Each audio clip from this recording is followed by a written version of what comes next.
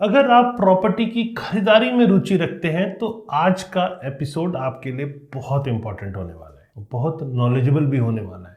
किस तरह से रियल एस्टेट के 4 साइकिल ने वर्क किया है आज आपको मैं बताने वाला हूँ, क्योंकि जब तक आप रियल एस्टेट साइकिल्स को नहीं समझोगे तब तक आपको समझ में नहीं आएगा प्रॉपर्टी मार्केट में अब क्या होने वाला है। पुराने साइकिल्स जो पुरानी डेटा है, और डेटा इतना इंपॉर्टेंट है इसका कोई जवाब नहीं, क्योंकि डेटा ही आपको बताता है कि मुझे नेक्स्ट स्टेप क्या करना है।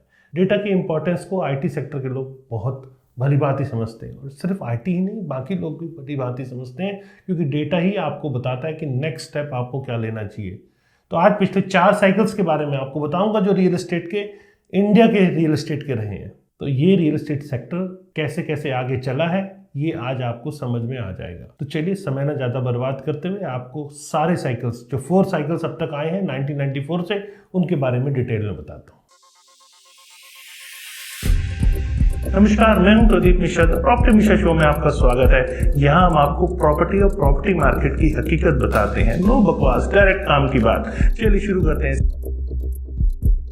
तो चलिए सबसे पहले रियल एस्टेट के जो 4 साइकिल्स है उसमें सबसे पहला साइकिल 1994 से 1999 के बीच में। जी हाँ, इसकी जो शुरुआत हुई उसमें सबसे बड़ा रीज़न 1991 में काफ़ी सारे आर्थिक सुधार किए गए, यहाँ तक कि फाइनेंशियल क्राइसिस से उभरने के लिए भी काफ़ी काम किया गया।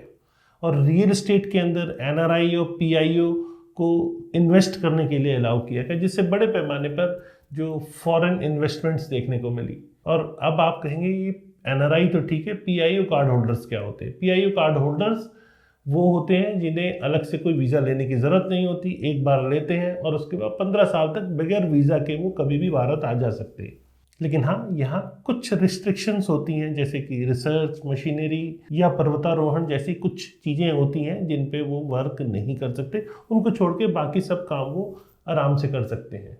और पीआईओ कार्ड होल्डर्स जो हैं वो फाइनेंशियल और आर्थिक अधिकारों में जो इंडियन सिटीजन है उसके आसपास ही होते हैं, उसमें कोई बहुत ज़्यादा डिफरेंस नहीं होता। लेकिन इससे बाजार तेज हुआ, बाजार बहुत ज़्यादा तेज हुआ, और आप देखेंगे कि ये अपने चरम सीमा पे पहुंच गया। 1995 में ये पूरी तरह प्रॉपर्टी के प्राइसेस काफ़ी ऊपर आ चुके थे। यहाँ तक कि इस टाइम पे आर्थिक और जो बेसिकली स्टॉक मार्केट है उसमें भी बहुत ज़्यादा उछाल देखने को मिला, जिससे मार्केट में एक पॉजिटिव सेंटीमेंट बन गया। यहाँ तक कि डेवलपर्स ने तो एनआरआई और पीआईओ कार्ड होल्डर्स को लुभाने के लिए अपने अलग अलग लोकेशंस पे ऑफिस भी खोले। फिर बात करते हैं मंदी क्यों आई। जी हाँ, इंडियन इकोनॉमी की वास्तविकताएं कुछ सामने आने लगी, और high domestic interest rates, real estate क्षेत्र के अंदर ट्रांसपेरेंसी की कमी ये सामने आई। 1997 से 1998 के बीच जो एशिया फाइनेंशियल क्राइसिस आया है, जिससे फॉरेन इन्वेस्टमेंट इंडिया के अंदर पूरी तरह खत्म हो गया। मतलब इसका सीधा इम्पैक्ट इंडस्ट्रियल डेवलपमेंट पे पड़ा और उसके अंदर काफ़ी हद तक मंदी आई। अब बात करते हैं दूसरे दौर की। दूसरा दौर रहा 2004 से 2008 के बीच। शुरुआत में न्यू टेलीकॉम पॉलिसी आई 1999 के अंदर। उसके बाद आईटी अधिनियम 2000 में निवेश के लिए एक तरह से प्रॉपर माहौल बन गया। इसमें बहुत सारे एसईजेड्स भी आए। एसईजेड स्पेशल टैक्स इंसेंटिव्स देकर वहाँ खोले जाते हैं। आईटी सेक्टर को बढ़ावा देने के लिए ऐसे बहुत सारे कदम उठाए गए।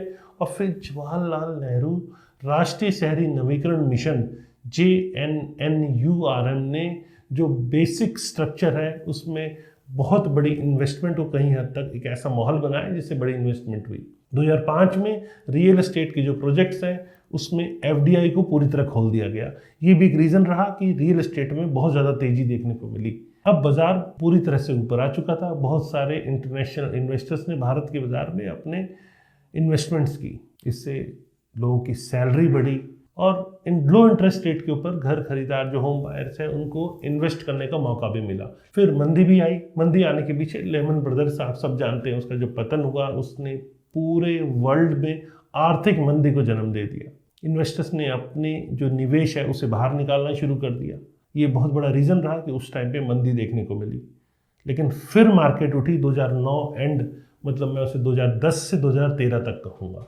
2012 एंड तक आ गई थी, लेकिन एक साइकिल मैंने लिया 2010 से 2013 तक। शुरुआत में जो इंडियन इकोनॉमी है उसमें बहुत ज़्यादा तेज़ी देखने को मिली, और तेज़ी जो इतनी आई जिसे जो अर्बनाइजेशन है या फॉरेन डायरेक्ट इन्वेस्टमेंट FDI ने रियल एस्टेट में बढ़ावा दिया। इससे और भी ज़्यादा पैसा का फ्लो इंडिया के अंदर आया और जो बाज़ार है वो कहीं हद तक बहुत ऊपर चला गया और जो मेन बेसिक ढांचा है प्रोजेक्ट्स का उसमें कनेक्टिविटी में काफ़ी सुधार देखने को मिला। कनेक्टिविटी ने पूरे इंडिया के जो सिस्टम है उसको काफ़ी हद तक चेंज किया। गवर्नमेंट की पॉलिसी रियल एस्टेट में इन्वेस्टमेंट को कहीं हद तक प्रमोट कर रही थी, लेकिन फिर मंदी आई।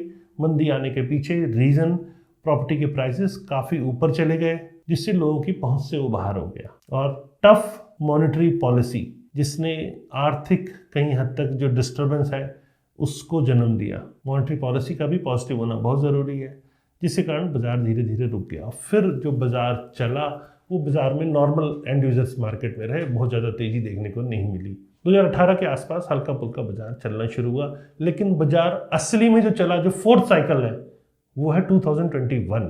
जी हाँ, कोविड 2020 में आया। फर्स्ट और सेकंड वेव में हल्का हल्का घर खरीदारी शुरू हो गई और डिजिटल सिनेरियो शुरू हो गया।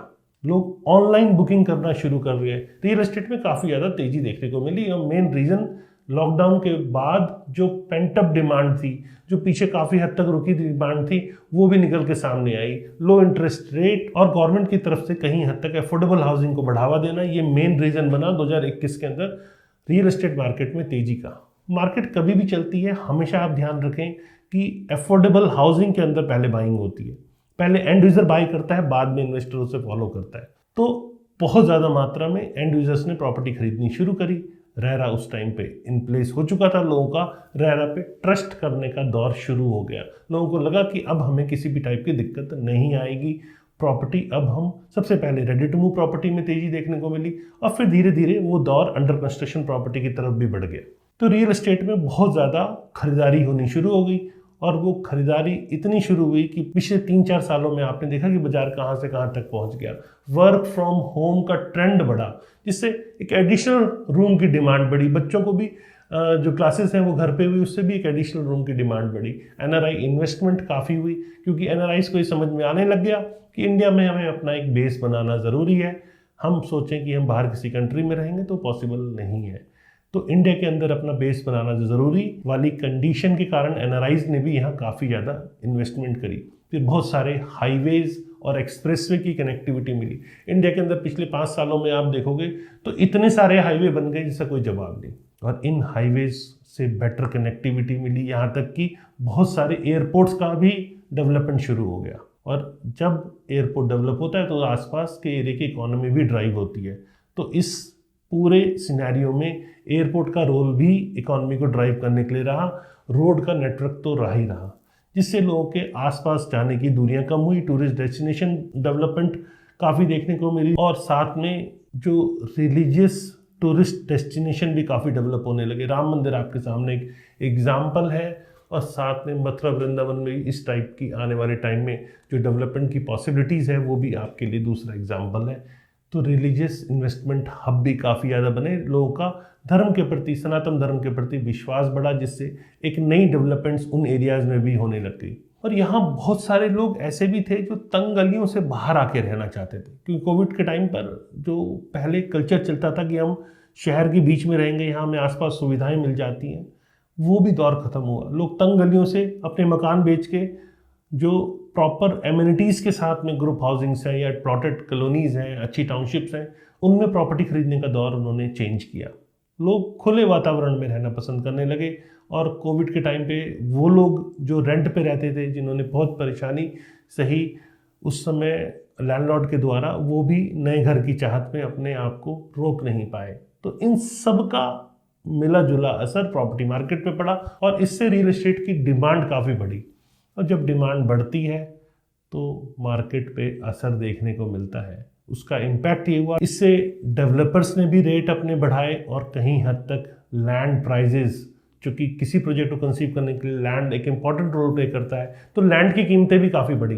तो इसका इम्पैक्ट फाइनल प्रोडक्ट पे आया और फाइनल प्रोडक्ट के प्राइजेस बढ़ते चले गए।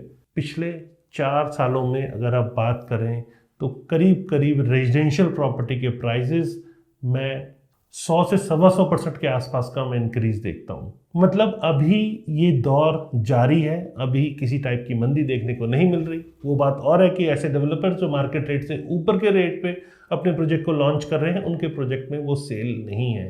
लेकिन हाँ, अभी भी अगर राइट रेट के ऊपर डेवलपर प्रोजेक्ट खोलते हैं या इन्वेंट्री मार्केट में आती है तो खरीदार उसके हैं।